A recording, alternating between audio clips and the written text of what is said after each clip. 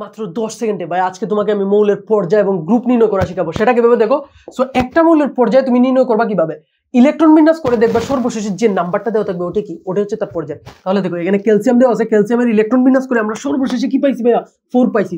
That means calcium কোন পর্যায়ের মৌল, 4 পর্যায়ের মৌল। তারপরে দেখো ফসফরাসের ক্ষেত্রে আমরা কি করছি, ফসফরাসের ক্ষেত্রে আমরা ইলেকট্রন বিন্যাস করে 3p লাস্টে পাইছি, তার মানে কি আমরা 3 পাইছি।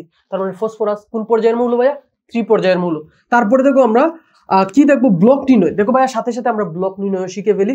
সেটা কিভাবে দেখো, তুমি একটা মৌলের ইলেকট্রন বিন্যাস করে সর্বশেষ ইলেকট্রন যেই উপশক্তি স্তরে থাকবে, যেমন SPDF, এই 4টা উপশক্তি স্তরের মধ্যে যেই উপশক্তি স্তরে সর্বশেষ ইলেকট্রন থাকবে ওইটাই কি, ওইটা হচ্ছে তার ব্লক। যেমন দেখো এখানে বুরন 5 এর এই যে তার সর্বশেষ ইলেকট্রন কোথায় আছে, 2p তে আছে, তার মানে p তে আছে। তার মানে এই যে বুরন, বুরন কোন ব্লকের মৌল, p ব্লকের মৌল, আর পর্যায় কত 2, কারণ হচ্ছে এর সর্বশেষ নাম্বার কত 2।